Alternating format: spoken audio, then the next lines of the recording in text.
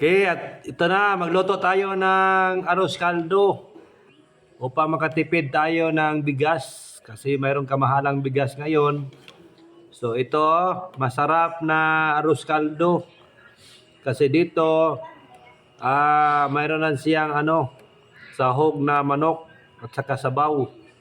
So ito yan ang masarap sa arroz caldo kasi pag baluto na, maging matamis na ang kanyang sabaw. Ito. So, madali lang magluto ng arroz caldo. Yan lang. Kunting bigas lang ang ilagay. No? So, damihan lang ng sabaw or tubig. Ito na. Lagyan ng sibuyas dahon para mas lalong masarap. Ito na. Okay. So, tikman na natin ang arroz caldo. Ito yung sa anak ko. Walang sibuyas. Yung sa akin mayroong sibuyas. Mami pa. Yan. Ay, mainit talaga yung yung sabaw ng arroz caldo. Okay.